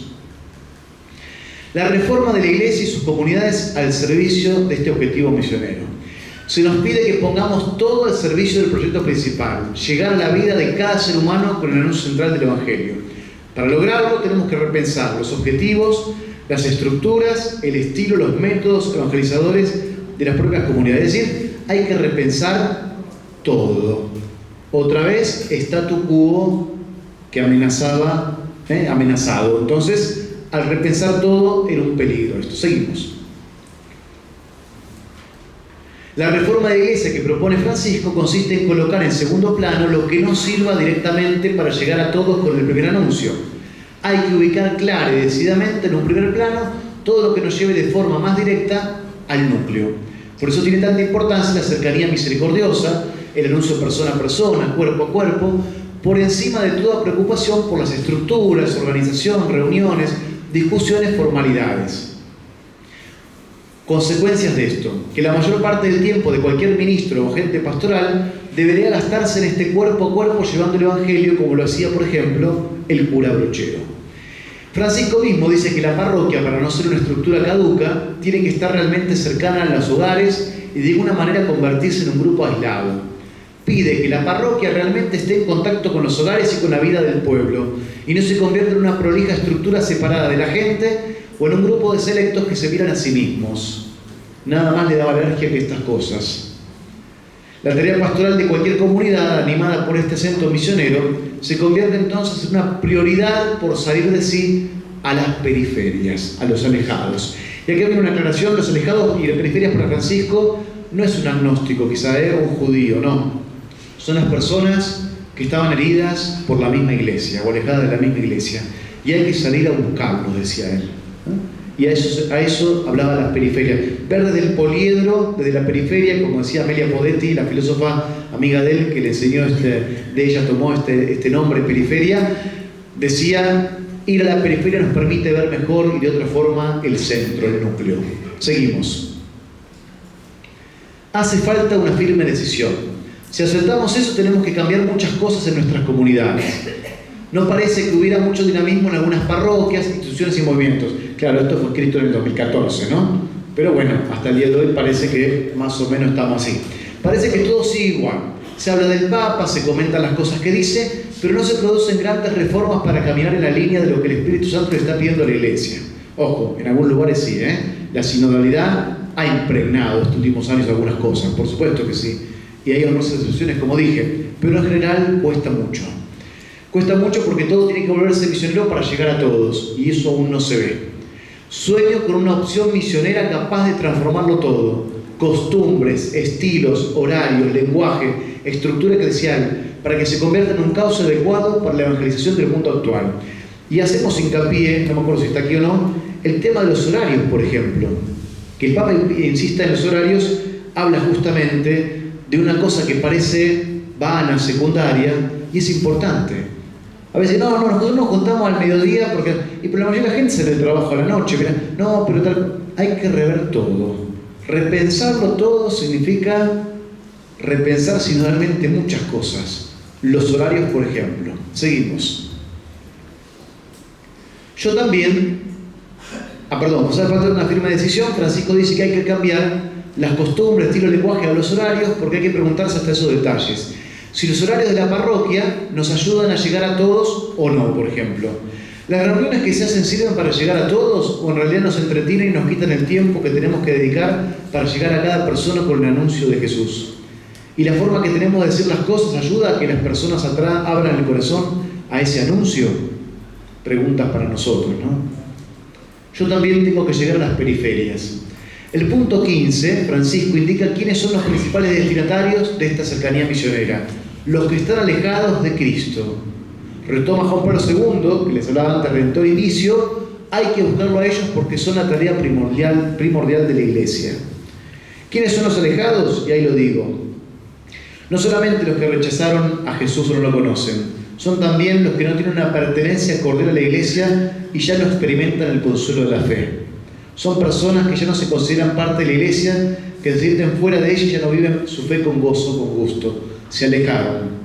En los países de América Latina, por ejemplo, hay pocos ateos y pocos que desprecian a Jesús, pero hay muchos que no experimentan la alegría y el gusto de la fe o dejan de sentirse parte de la Iglesia. Las periferias son esos que nuestras comunidades muchas veces olvidan o descuidan. Seguimos. En definitiva, sin dar demasiadas vueltas, la invitación es dar prioridad a los que no están formando parte de nuestras comunidades. A esos tenemos que salir a buscar. No podemos conformarnos con los que estamos. Sería estructura de conservación, preservación como decía antes. Si no, iglesia en salida, hospital de campaña. No podemos quedarnos mirándonos unos a otros, sino salir a buscar a los que no están viviendo la alegría de la fe. Los que más interesan son los que no están. Ellos son las periferias, aunque estén al lado de mi casa o sean compañeros de trabajo. No hace falta ir al África ni a barrios lejanos para llegar a las periferias. Alejados hay en todas partes. Si la comunidad se ocupa sobre todo de los que están en ella, ha dejado de ser misionera. Recuerdo, estas son palabras de Víctor Fernández, algunos curas viejos que dedicaban bastante tiempo a salir a buscar a los que ya no estaban. Hoy vemos que no se trata necesariamente de meterlos en la estructura de la parroquia o de un movimiento. Eso también es verdad, ¿no? No es para ir a buscarlos para traerlos a formar parte de la estructura nuestra, sino airear con ventanas y puerta abierta la parroquia también, ¿no? Seguimos. Persona a persona, ya lo dijimos un poco, ¿no? Cada cristiano está llamado a colaborar con este anuncio misionero haciendo un trabajo cuerpo a cuerpo, persona a persona. Un catequista no puede decir que con la catequesis que él da ya cumplió. Él también tiene que ocuparse de anunciar a Jesús a los que están alejados. Quizá no tenga tiempo para comprometerse a visitar los hogares de la parroquia, pero debe atreverse a hacer ese anuncio a los familiares de los niños que van a catequesis, a los vecinos, a los amigos, a las personas que encuentren. Y eso vale para todos y cada uno de nosotros. Si aceptáramos ese desafío, entonces sí la Iglesia puede llegar a todos, como las raíces de una planta que van penetrando todos los rincones, como las venas del cuerpo que llegan a todos los sectores del organismo, como la luz del sol que penetra en todas partes. El Papa nos recuerda, ser discípulo es tener la disposición permanente de llevar a otros el amor de Jesús, y eso se produce espontáneamente en cualquier lugar, en la calle, en la plaza, en el trabajo, en un camino.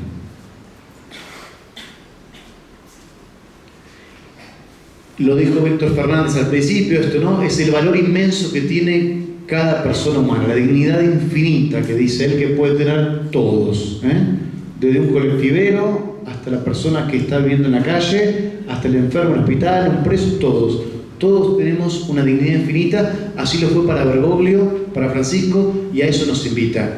Para compartir la vida con la gente y entregarnos generosamente, necesitamos reconocer también que cada persona es digna de nuestra entrega. No es por su aspecto físico, sus capacidades, su lenguaje, su mentalidad o satisfacciones, sino porque es obra de Dios. Él ha creado su imagen y semejanza y refleja algo de su gloria. Todo ser humano es objeto de la ternura infinita del amor de Dios. Seguimos. Primerear, una de las palabras que inventó, ¿no? El Papa dice que la Iglesia sabe adelantarse, tomar la iniciativa sin miedo, salir al encuentro, buscar a los lejanos y llegar a todos los caminos para invitar a los excluidos. Vive un deseo inagotable de brindar misericordia, fruto de haber experimentado la infinita misericordia de Dios y su fuerza difusiva. Primerear a los demás. Un poquito dijimos esto, así que no hace falta esto de prueba tener, ya lo dije todo antes. Seguimos. Y aquí viene el gran tercer tema importante. Centralidad de querigma, jerarquía de verdades, bien posible. Dicho esto, acá vale bien lo que dije antes, ¿no? Que a veces sintetizamos el magisterio de Francisco diciendo que es la misericordia, pero también es el bien posible, Y quiero adentrarme un poquito en esto. El bien posible es ir a todo, como Francisco pidió, ¿se acuerdan? En Lisboa, en la Jornada Mundial de la Juventud, todos, todos, todos. Me llegó un video, yo justo estaba en Roma, no conocía este testimonio, de Olga Villar. Olga Villar es una sobreviviente de la ESMA, en el juicio de lesa humanidad del año 2010, una agente del Ministerio Público Fiscal, una fiscal, le hace preguntas de cómo fue su detención, cómo fue una detención obviamente ilegal, para la época obviamente, y ella cuenta de un testimonio, ¿no? Pero es fuerte el testimonio. Dicen que estaban en la misa en Santa María Madre del Pueblo, en la Villa 1114, hoy barrio Rodolfo Ricciardelli, el Bajo Flores, ahí contra Cancha San Lorenzo, año 76. En el 76 toman a Orlando Llori y Francisco Jalis, estaban en la misa con estos catequistas, eran 9, los ponen contra una pared 2 horas, de espaldas. Le dijeron cuánta gente había, tenían armas, dijo había autos, fue un operativo gigante, tenían armas, estaban de verde oliva. Ella cuenta, bueno, ¿por qué la detuvieron? Le dijeron algo en ese momento, no. Ella después supo que estuvo detenida en la ESMA. Cuando está allá, ella pregunta, ¿por qué nos detienen? Y le responden, porque son tercermundistas. Y ella pide que le aclaren qué significaba ser tercermundista. Y le responde el que le hizo interrogatorio a Olga Villar diciéndole, porque los negros no tenían Dios y ustedes fueron a hablarle de Dios a los negros. Así como lo escuchamos. Ya lo han escuchado también en otros países de Latinoamérica en la época de dictadura, ¿no? Ustedes, los negros, no tenían a Dios y ustedes fueron a llevarle a hablarles de Dios a los negros. Por eso te detenemos. Porque por eso definimos que vos sos tercermundista. Y de ahí, de ese grupo, hubo gente que no volvió. Están desaparecidos todavía hoy. Ella es sobreviviente, de las pocas de ese operativo. Olga Villar es un caso que nos cuenta de estos catequistas. Y digo aquí con dolor, una deuda histórica de diócesis es esa. Se habla de Carlos Mujica, hablamos de los mártires palotinos de San Patricio, hablamos de las monjas francesas de la iglesia Santa Cruz, pero no hablamos de otros catequistas. Por ejemplo, yo estuve en San Cayetano de Liniers con el padre Ángel Salabarren Borde, En San Cayetano, allí en la reforma pastoral que hizo el santuario, en los 70 trabajaba un médico codo a codo con él y con los grandes curas que renovaron la pastoral del santuario en el servicio social. Que el cardenal Poli lo conoció ese médico, un hombre de Dios decían que era, y ayudaba a los pobres. Está desaparecido. Era catequista en el santuario. Otra catequista del santuario también está desaparecida. Cuando empezó a desaparecer gente, los curas encerraron a esa gente catequista en la casa parroquial. Y dormían, se iban escondidos de noche a la parte de las monjas del Divino Hijo del Divino Salvador, que son de la congregación de Mamantura, digamos, para que entendamos, ¿no? Al colegio contiguo. Eso pasó en San Cayetano de Liniers. Catequistas, 2 desaparecidos de allí. Pero después hubo más desaparecidos en esta parroquia. Y no hablamos como iglesia, me hago cargo de mi diócesis, Buenos Aires lo dio con dolor, de estos catequistas desaparecidos. Como si no fuera cura o monja, no valían nada, ¿no? Y están desaparecidos hoy. De ese operativo que cuenta Olga Villar en el año octubre del 2010 en el juicio de lesa humanidad sobre la ESMA.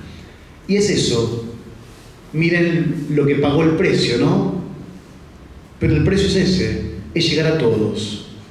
Todos tenemos derecho del anuncio de Jesús, misionero, del querigma, ¿no? Aunque te llamen de una manera u otra. Y eso es lo importante. Eso es lo importante. Llegar a todos siempre. La cercanía misionera que propone Francisco está siempre cargada de misericordia. Uno no se acerca a los demás para juzgarlos, sino para ofrecerles la salvación del Señor. El Papa nos invita a tener una gran comprensión con los límites humanos, donde se encarna el anuncio. Nos propone una paciencia inmensa y misericordiosa con las personas, de manera que en la Iglesia realmente haya lugar para todos. Y acá está la clave del bien posible.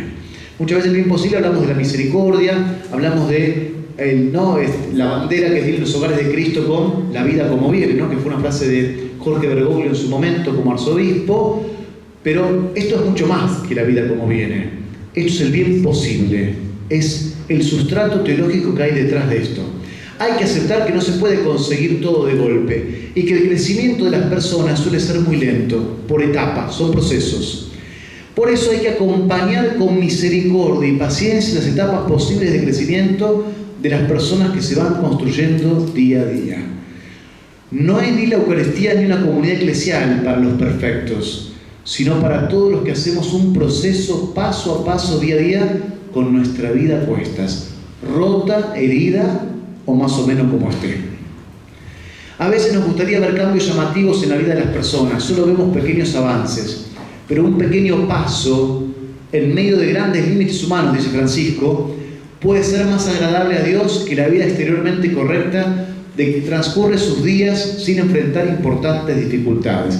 Miren si el statu quo no estaba amenazado diciendo esto. Claro, que ahora se entiende por qué querían destruir este documento. Un pequeño paso en medio de grandes límites humanos es más agradable a Dios que la vida exteriormente correcta de que transcurre sus días sin enfrentar importantes dificultades. Y acá no entran los hogares de Cristo, porque entra todo, entramos todos. Todos. Y no vayamos al preso, al enfermo, todos. Con los límites que tenemos y quisiéramos cambiar, día a día, entramos acá.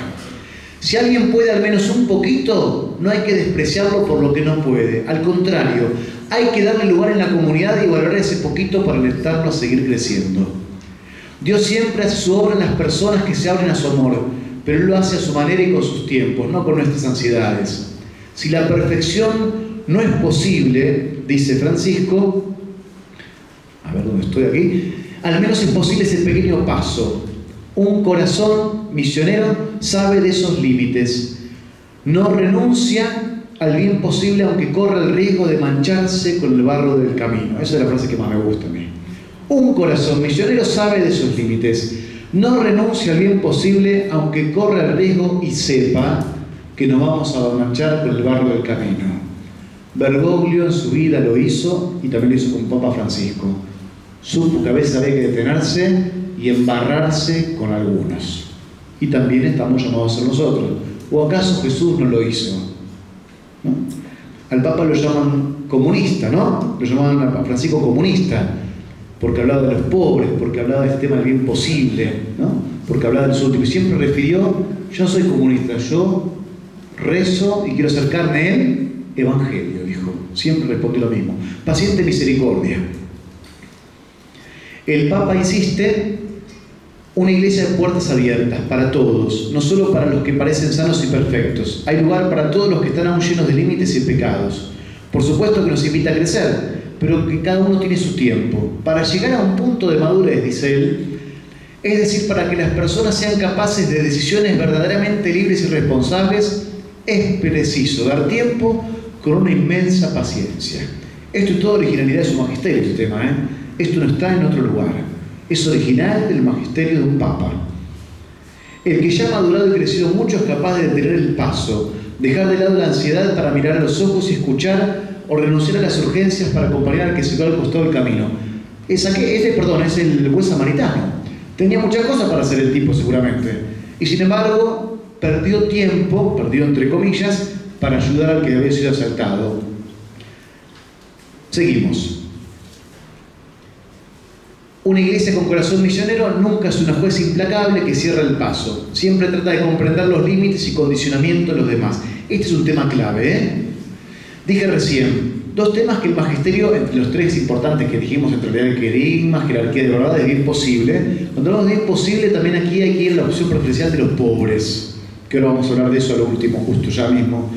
En ese tema, ningún papa trató, este es original de Francisco, el bien posible, pero también vale decir que ninguno trató la opción preferencial de los pobres como él. Nadie. En ningún magisterio pontificio lo trató y lo desarrolló con la hondura y profundidad que lo hizo él. Tratar de comprender los límites y condicionamiento de los demás. Acá hay un tema clave, porque Amor y Leticia, el capítulo 8, que van a verlo con Marcela en el cuarto encuentro, verán que sale este tema. Y Evangelii Gaudium es ¿qué dijimos? Que es un documento programático. Y toma este tema del programa, sobre todo en Amor y Leticia. Otro documento que ya saben lo que pasó con ese documento, ¿no? Lo querían incinerar, ni bien estaba en la imprenta. Es capaz de reconocer en medio de las miserias esa obra silenciosa y misteriosa que el Espíritu Santo realiza en la vida de las personas. Basta que alguien comience a abrirse su amor para que el Señor empiece a transformar poco a poco su vida. Si alguno cae y vuelve a caer, Francisco nos dice cuál es el mensaje que tenemos que transmitirle. Escuchen, somos nosotros, ¿eh? Porque a uno se ve la idea por los chicos del hogar de Cristo, un preso, ¿no? Estamos todos acá. Él perdona 70 veces 7, nos vuelve a cargar sobre sus hombros una y otra vez. Nadie podrá quitarnos la dignidad que nos otorga ese amor infinito e inquebrantable. Él nos permite levantar la cabeza y volver a empezar, con una ternura que nunca nos desilusione y que siempre puede devolvernos la alegría. No huyamos de la resurrección de Jesús. Nunca nos declaremos muertos, pase lo que pase. Que nada pueda más que su vida que nos lanza hacia adelante. Miren si no es un querigma esto. Es un anuncio querigmático con el tema de la misericordia del bien posible. Espectacular. Acá vamos a seguir, ¿sabes? Vamos a seguir hasta que yo te diga. Esto total lo van a tener, porque si no el tiempo, no somos amigos, seguimos.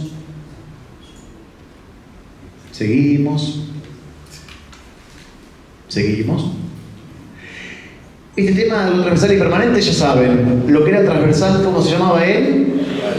Están despiertos. El querigma, muy bien, el querigma es lo transversal y permanente, que en catequesis era la unidad 1 y después ya está. Sí, me dicen. Acá falta el más. No, es la 1 porque es la primera y fundante y la más importante, y porque es transversal a toda catequesis y a todo siempre programa misionero. El querigma siempre nos acompaña. Seguimos, porque es el primer anuncio de todo esto. Vamos a la dimensión social del anuncio. Acá quería llegar, así terminamos. Francisco dice que Evangelii Gaudium no es un documento social. Dice que no es un documento social. Su tema es el anuncio misionero, pero igualmente dedica un capítulo a la dimensión social de la evangelización. ¿Y por qué? ¿Por qué lo hace? Primero, dos cuestiones. Porque el anuncio mismo del Evangelio es comunitario y social. El anuncio del Evangelio no es individual, es comunitario y social siempre. Y si uno lo entiende y lo transmite solo como una cuestión individual, todo empieza mal. El primer punto del capítulo 4 se titula Las repercusiones comunitarias y sociales del querigma. Es el título, repercusiones comunitarias y sociales del querigma. El querigma tiene un contenido ineludiblemente social. En el corazón mismo del Evangelio está la vida comunitaria y el compromiso con los otros. El contenido del primer anuncio tiene una inmediata repercusión moral cuyo centro es la caridad.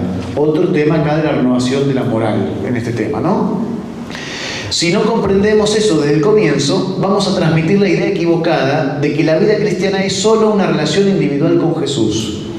Sin comunidad, sin fraternidad, sin generosidad. Y acá una cuestión, digamos, esto es una cosa que Francisco lo desvelaba siempre y también hoy el Papa León.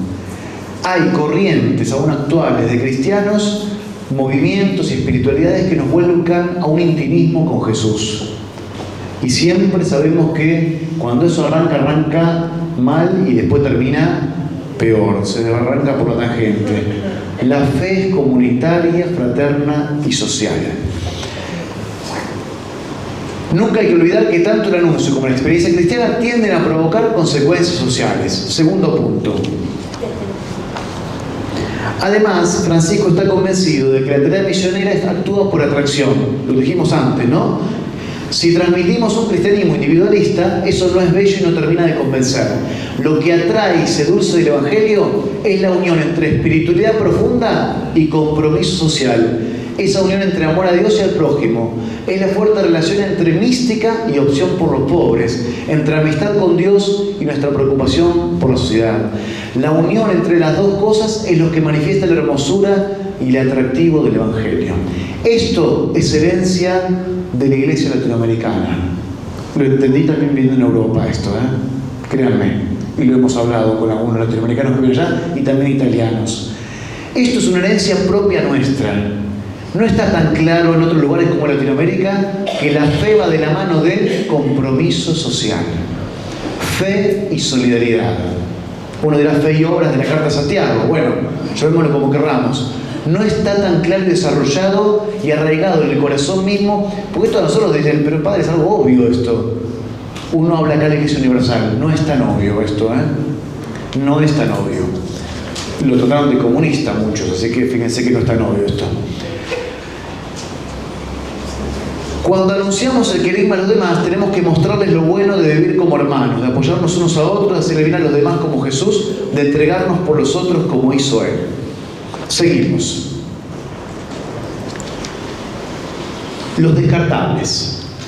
En el capítulo 4 de Evangelii Gaudium, acerca de las repercusiones comunitarias y sociales del querigma, Francisco se detiene a explicar la opción por los pobres. Allí nos da una explicación y una fundamentación bíblica de esa opción mejor que cualquier otro documento del magisterio. No lo hay otro, es el mejor.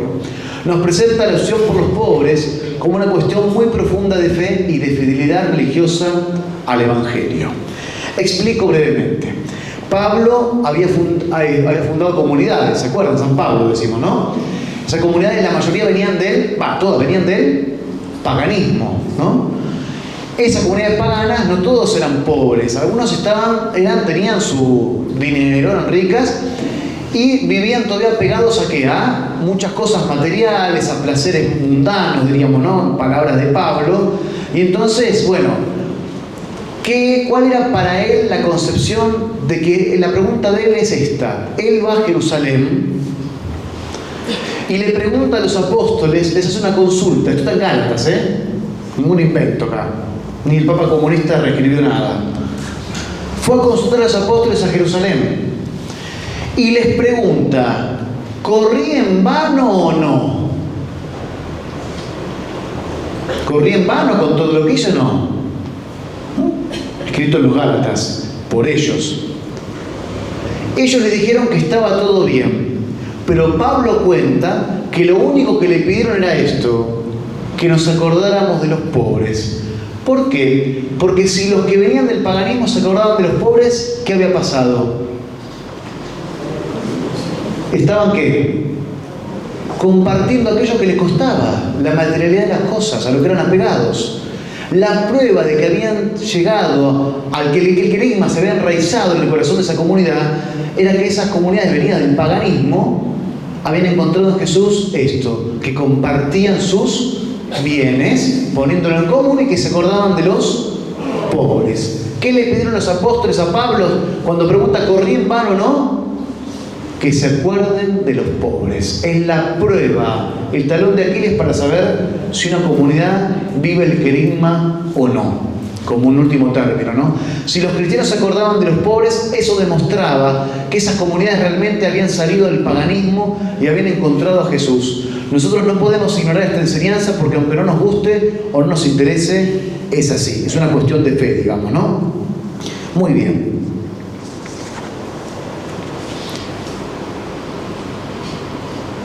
Y acá estamos. Desde un punto de vista pragmático, hay gente que no entiende esta insistencia de Francisco, porque creen que es más conveniente dedicarse a las personas que tienen poder político, económico, intelectual, mediático. A nadie se le ocurre llevar adelante un gran proyecto con los descartables de la sociedad.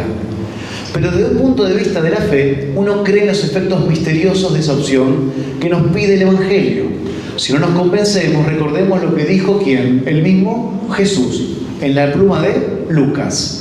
Cuando des un banquete, no invites a tus amigos o a los vecinos ricos. Invita a los pobres, a los cojos, paralíticos, ciegos, que no te pueden corresponder, porque así tu recompensa va a estar en otro lado, ¿no? Échale agua, más claro imposible. Eso es evangelio puro. Entonces, en la tarea misionera y en nuestra evangelización, persona a persona, no podrán faltar los pobres y abandonados, los descartables de la sociedad. Si nos olvidamos de ellos, nuestra misión no tendrá toda la fuerza del Espíritu, es una cuestión de fe. Quiero terminar con esto, sigue esto, pero aquí doy por concluido por el tiempo. Por respeto por el tiempo que habíamos dicho, ahora para dar lugar a las preguntas. Se lo van a tener esto, le vamos a pasar el link que dije de Producciones Luján, que hizo una síntesis de este librito, que hicimos, que escribió Víctor, que lo ayudé. Es importante remarcar una actualidad reciente. Estos días estamos viendo por los medios lo que sucede. El Papa León parece que está jugando, ¿no?, un ping-pong que va y viene de preguntas con el presidente, ¿no?, mandatario. Y el mandatario y su vicemandatario, que es católico él, que ya había visto al Papa y demás, le dijeron que la Iglesia no tiene que meterse en temas políticos, le dicen, ¿no? En temas políticos, solamente en temas morales tiene que meterse, ¿no? Y acá hay grandísimos errores en los términos de la palabra. Nosotros, y lo dice aquí Aristóteles para eso, somos seres... Gracias. Entonces, seguir diciendo como cristianos, porque a Francisco esto también le daría, ¿no?, un revoltor acá, ¿no? Pero es verdad, basta. Lo digo a todos, también los hermanos latinoamericanos. Cuando alguien nos diga que los cristianos podemos ser políticos, miren, la definición de personas, no de personas porque no decía persona Aristóteles, y esto era un anacronismo, fue la Edad Media, pero el ser, uno diría el hombre, el ser humano, podemos decir hoy sí, la persona, somos seres políticos, porque nos interesamos por la cosa pública, que construye el orden de la sociedad, de la polis, diría Platón, ¿no? Entonces no sigamos diciendo barrabasadas y arrastrando ese error. Todos somos seres políticos. Quizá lo que haya que decir alguno es, bueno, vos como comunidad no hagas partidismo dentro de tu comunidad, es otro tema, pero todos somos seres políticos. Ahora, que el vicepresidente de este país diga que la Iglesia se meta en temas morales, implica también aquí lo que ha pasado con la Iglesia, que ha hecho una desinformación en su catequesis a esos altos rangos y mandos que llegaron. Porque quiere decir que no entiende que la moral, justamente, habla de una virtud que es la justicia. ¿Y cuál es un fruto de la justicia? La paz. Y por eso no tiene que haber guerras, porque ninguna guerra es justa. Punto final. Entonces ahí nos encontramos con estos escollos en las cosmovisiones que tienen algunos hermanos de otros países, pero también aquí en el nuestro. Y entonces acá está el problema, ¿no? Entonces, ¿cuál fue la respuesta amenazante del mandatario y su vice? Que nos metamos en la sacristía. Miren la actualidad de Maggiore Gaudium de vuelta con todo esto, ¿no? Empezamos hablando de eso. Volver a la sacristía. No los quiero en la calle. Que el Papa a mí no me venga a hablar de la guerra. Ni dijo, bueno, salirán, nunca hablaron ustedes de esto del exterminio de los nazis, no hablaron, no dijeron. En su momento quizás no.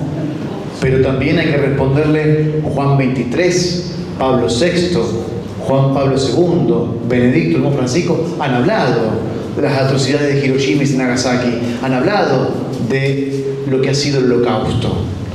Entonces, digo, también estamos ante personas que nos van probando, miren la actualidad que tenemos en esto, ¿no? Para hablar también de los descartables de la sociedad. Es muy actual todo esto porque vuelve a tocar los cimientos y fundamentos de nuestra fe, donde está unida la fe junto al compromiso social. Hasta acá lo mío, ahora damos lugar a las preguntas. Muchas gracias.